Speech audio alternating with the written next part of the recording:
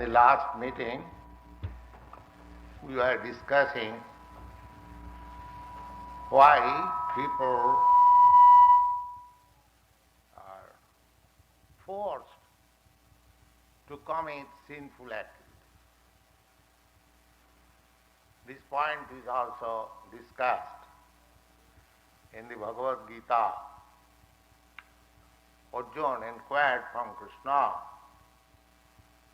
what is that thing which forces a man to commit sinful activities?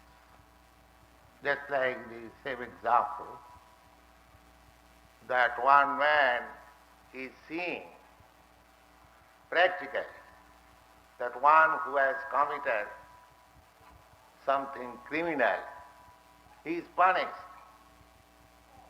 And he has heard it also from authorities, from lawyers or from respectable gentlemen, that if you commit such and such sinful activities, if you steal, then you will be imprisoned for 6 months. If you cheat, you will be imprisoned for such and such period. If you commit murder, then you will be hanged. These things are taught somewhere or other, either in religious scripture or by law books or by morality or ethical principles. They are taught to the civilized human society. And he sees also practically that this man has committed this kind of criminality and he is punished. And again, why does he commit? That is the problem. So, kama esha krodha esha rajaguna samudbhava. Kama and krodha. Kama means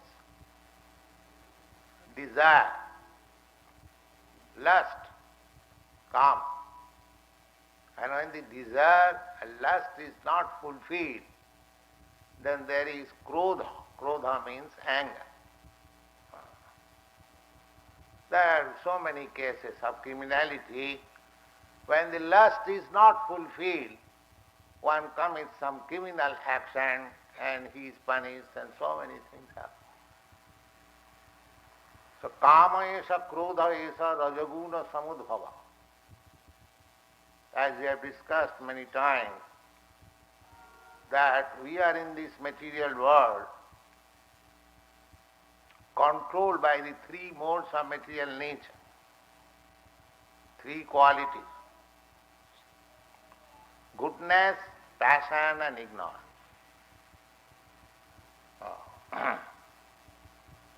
So, goodness, passion and ignorance are the causes of our bondage. And goodness is also cause of bondage, but in that platform one can see things as they are. Goodness, prakash.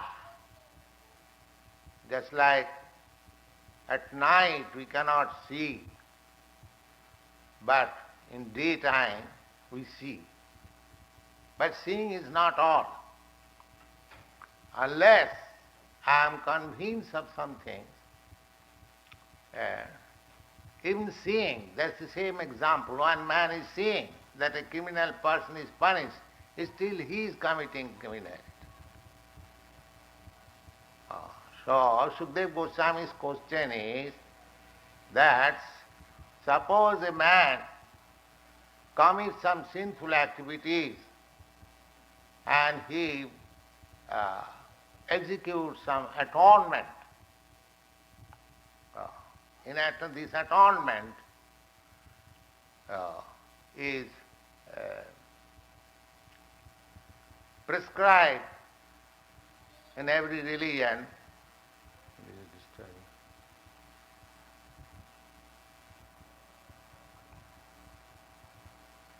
Attention is diverted. Yes.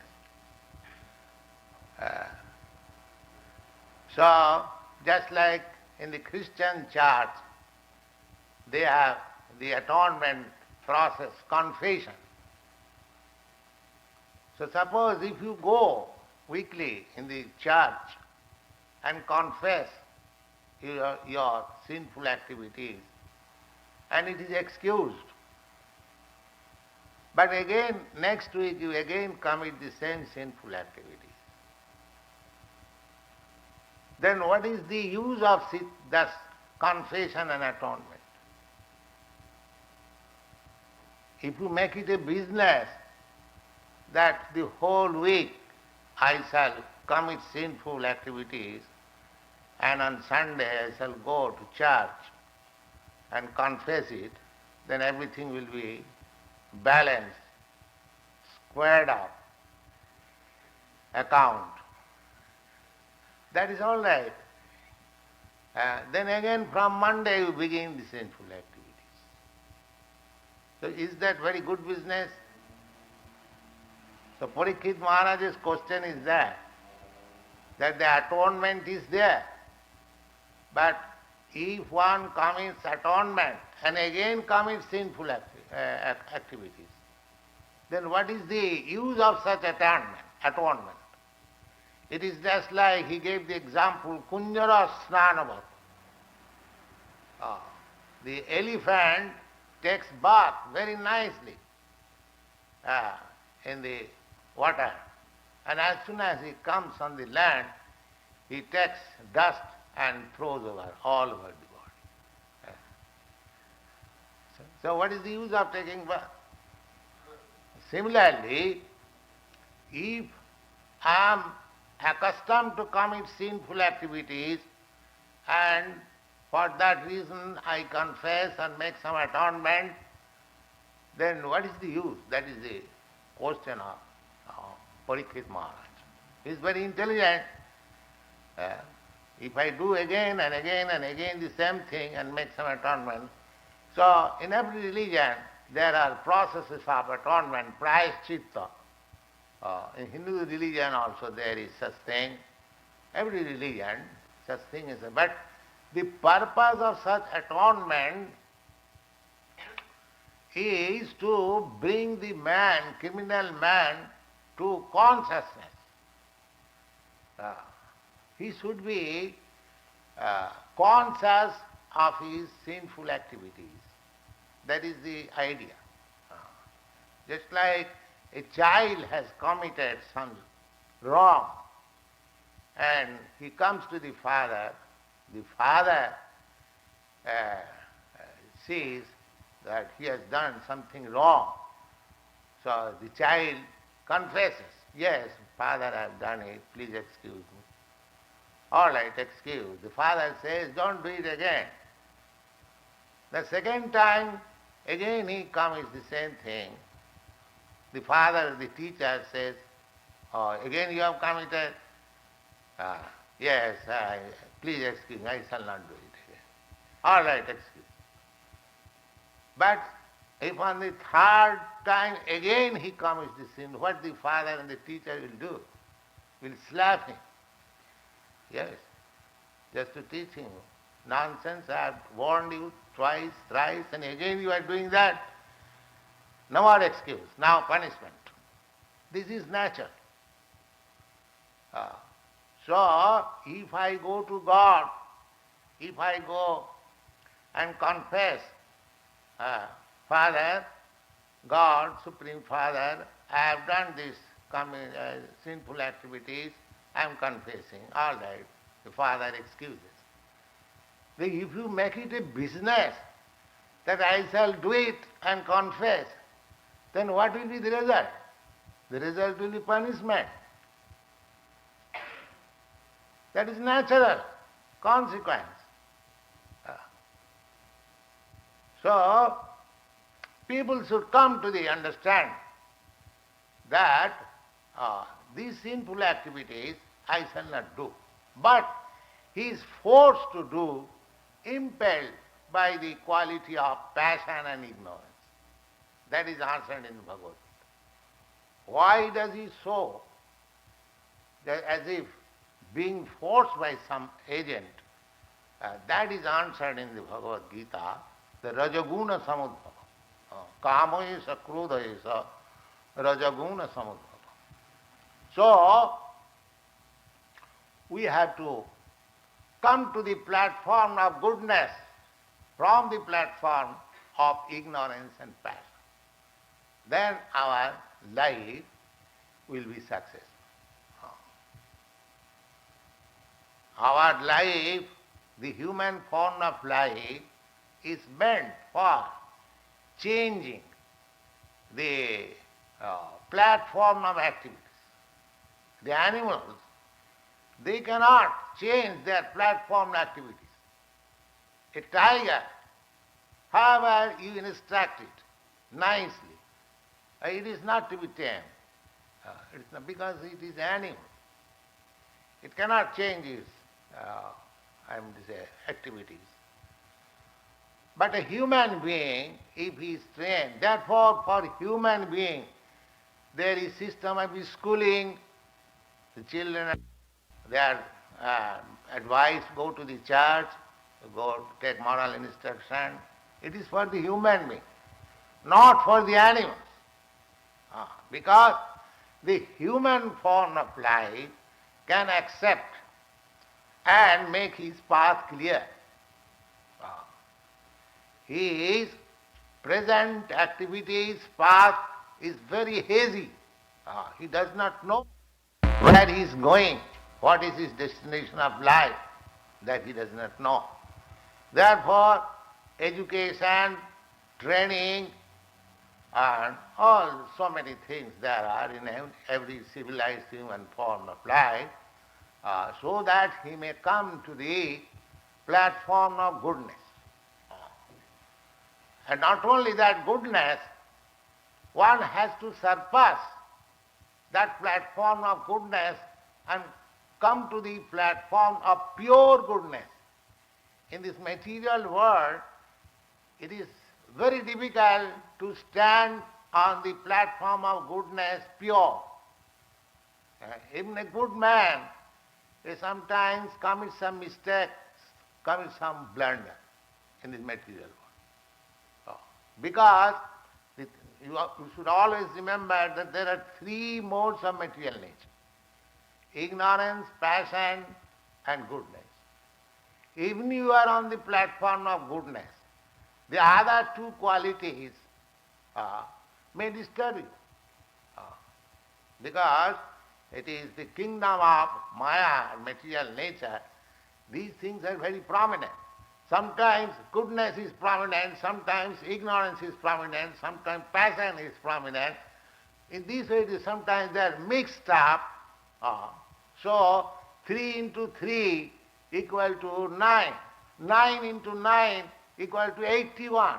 Therefore, you will find manifestation of 81 kinds of qualitative living entities. And they are divided into 8,400,000 species of life. These are very scientific studies. Try to understand it. And this human form of life is the chance to get out of this entanglement. This 81, again if you multiply 81 by 81, then it becomes huge quantity. So in this way, these qualities are mixed up, colored, just like 3 colors, blue, red and yellow. You mix and you produce multicolors. If you are expert in color mixing, all these pictures, what you are seeing, there are only 3 colors, blue, red and yellow. And you mix varieties of color. Those who are artists, they know it very well. Similarly, these 3 qualities, 3 colors. The yellow is Satagun, and the blue is the Tamagun, and the red is Rajagun. These colors, they are representation of these 3 modes of material nature. Redness means passion. And blue, black, that means ignorance. And yellow is goodness. Therefore you see Krishna and all others there in yellow dress. Of course, in the spiritual world there is no such distinction. There is variety, but there is no inebriety. That is spiritual world. Just like here you see, Krishna is in love with beautiful young girls. The same thing is here also. We are also accustomed to love beautiful girls, or beautiful girls accustomed to love beautiful boys. So the same thing is going on there in the spiritual world. It is simply reflection. The real thing is there in the spiritual world. It is simply shadow. The same loving affairs in a shadowy, hazy form is presented here. Originally it is in the spiritual world, in Krishna. Krishna is not to be supposed old man. God is never an old man. In the Brahma Samhita it is stated, Advaita Yachyuta Anadi Ananta Rupam Adyam Purana Purusam Navajovanam. God, Krishna, is the original person, because from his original father he can take, from whom everyone has come. Therefore he is the oldest. Advaita Achyuta Anadi Adyam. Adyam means the original person. And man is made after God. Therefore God is the original person. So that person, Adyam, Achyutam, Anadi, Navajovanancha. Navajovanancha means he is always a young man. Just like you are all young man, attractive. Young life is attractive. So that youthful age is always in the spiritual world. And as the youthful means joyful life. Anandamaya Bhyasa. All young boys and young girls, they are after joyfulness. But they are being frustrated in this material world. That is the inability. The spiritual world means these things are there, but without any inability. Here we love, a boy loves a girl loves a boy, they are frustrated. After a few days it is broken. Or if it is married, then again there is divorce. He finds out another husband, she finds out another divorce. These things are not there. Radha, Krishna, the love of Radha and Krishna is never broken. Never broken. That is the significance of the spiritual. They are eternally enjoying the loving affairs. And if you qualify yourself, then you leave this material world, this interaction of the modes of material nature, and be implicated in such things, and you become free. That is Krishna consciousness. It is very nice. Try to understand Krishna consciousness. As soon as you become Krishna conscious perfectly, you are no longer living in this material world. You are in the spiritual world. That is stated in the Srimad Bhagavad.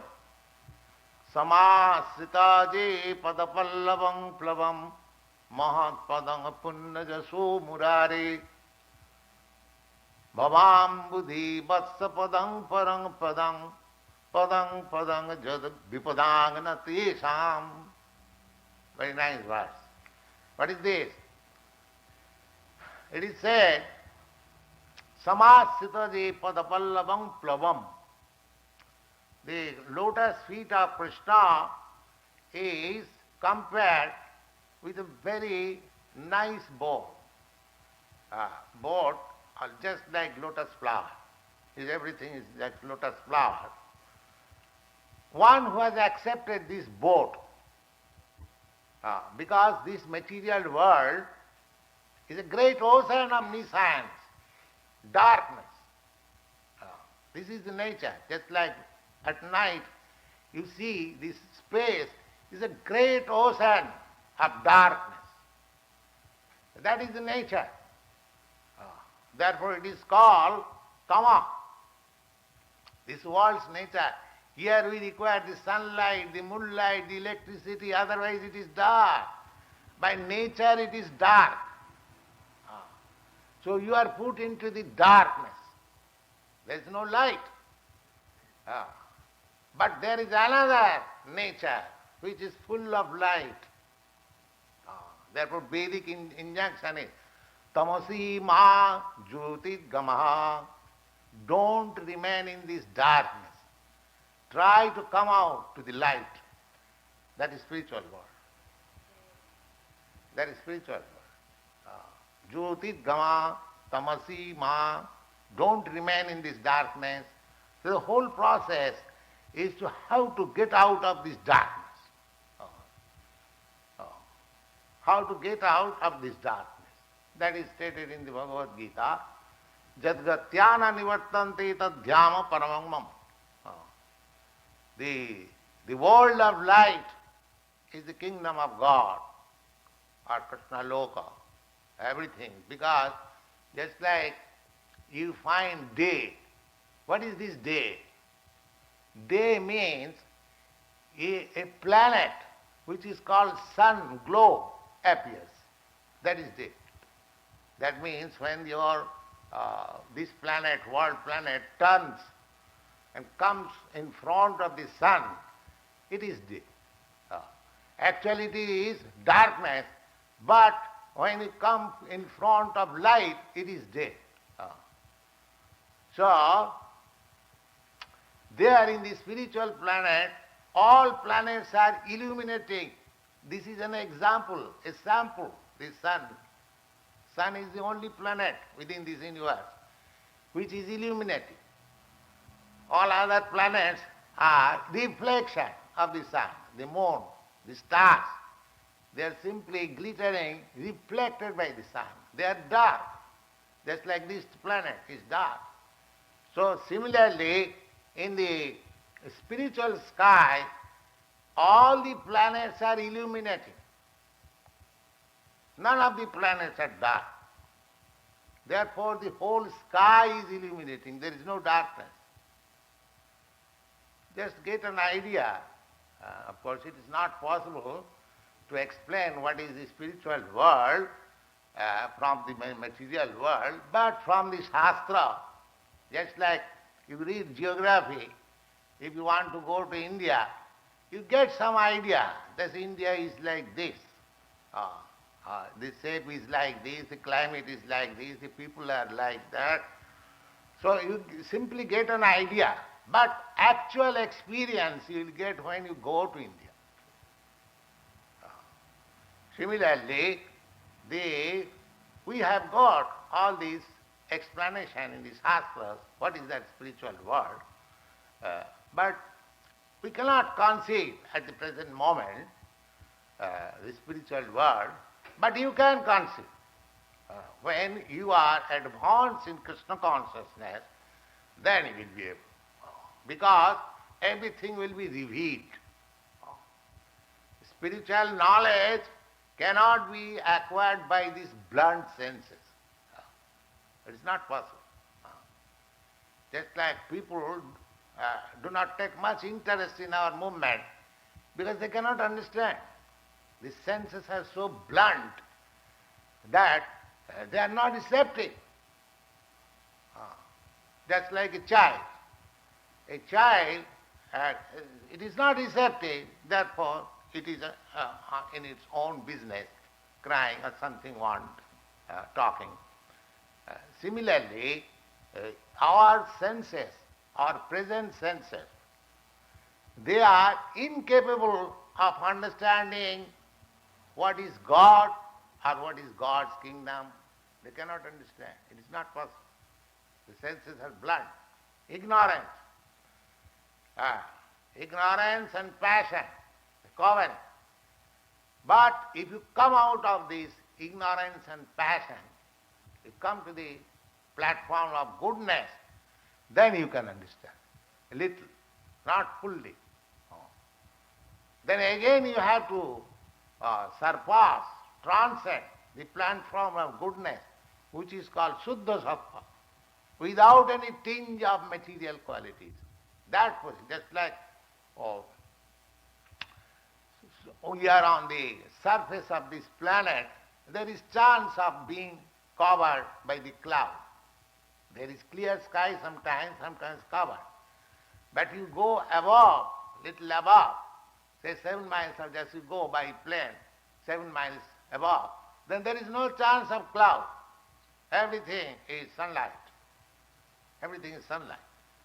Similarly, so long you remain in the lower platform of ignorance and passion, it is very difficult to understand what is the science of God.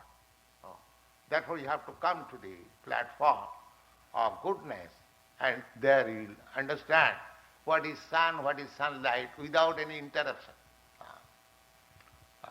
So for that reason, just like you have to go by some plane, by some machine, 7 miles up to be completely in pure sunlight, similarly you have to attain.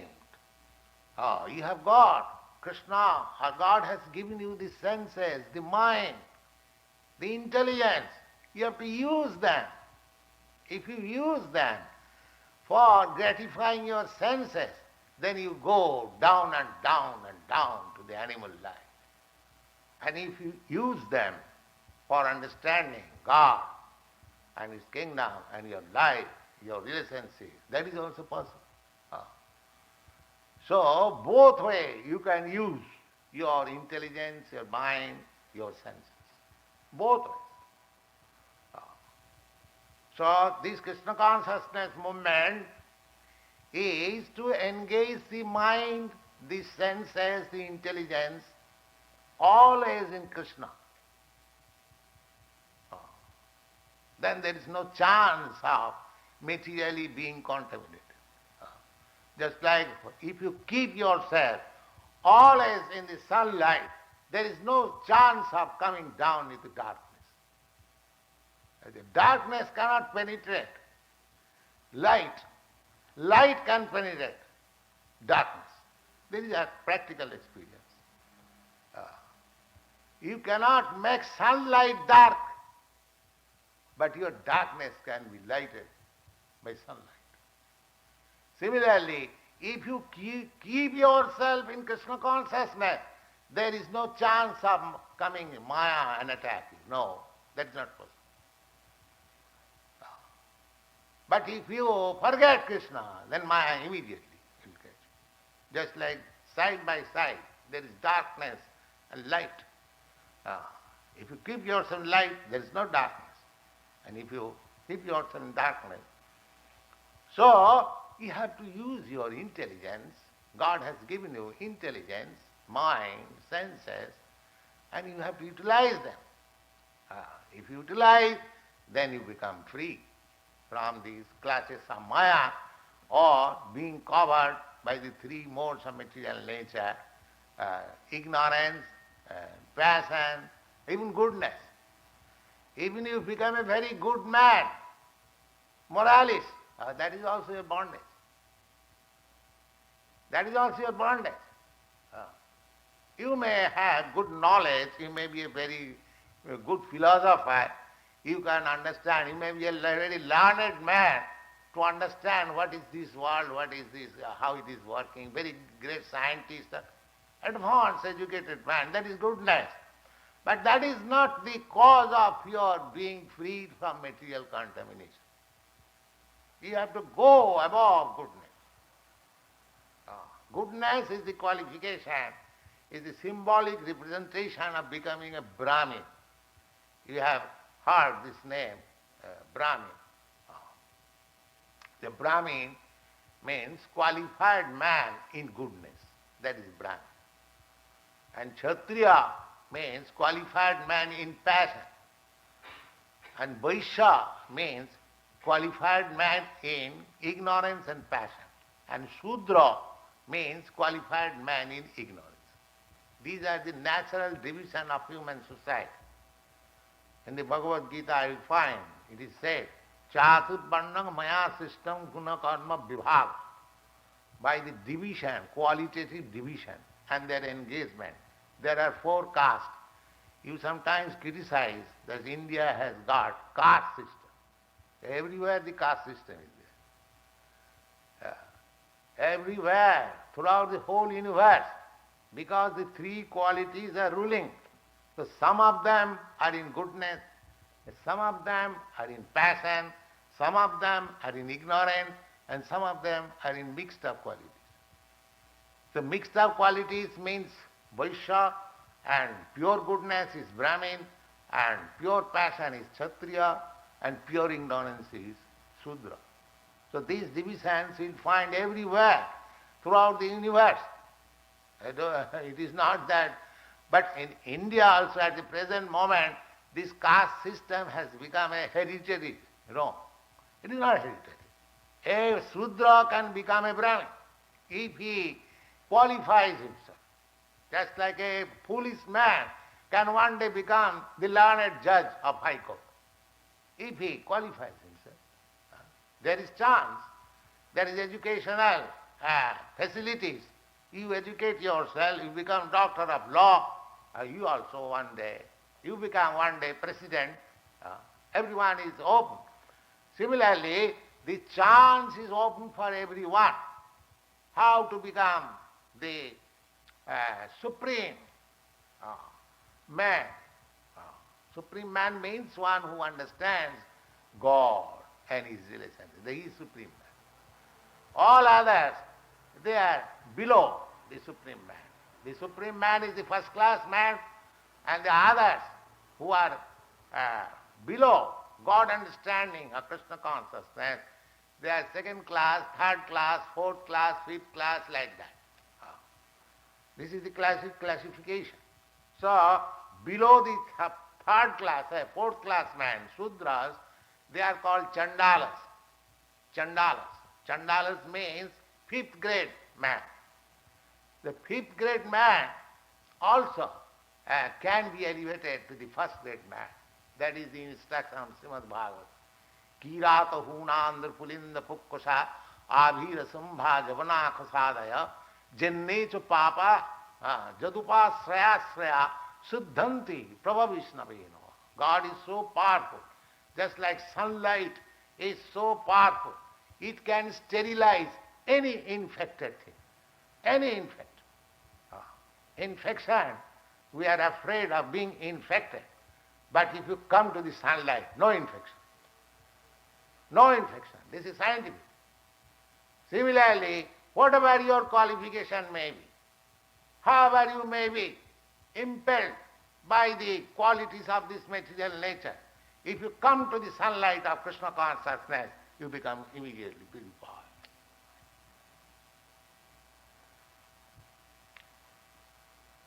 There are many instances among my students how they have become immediately purified.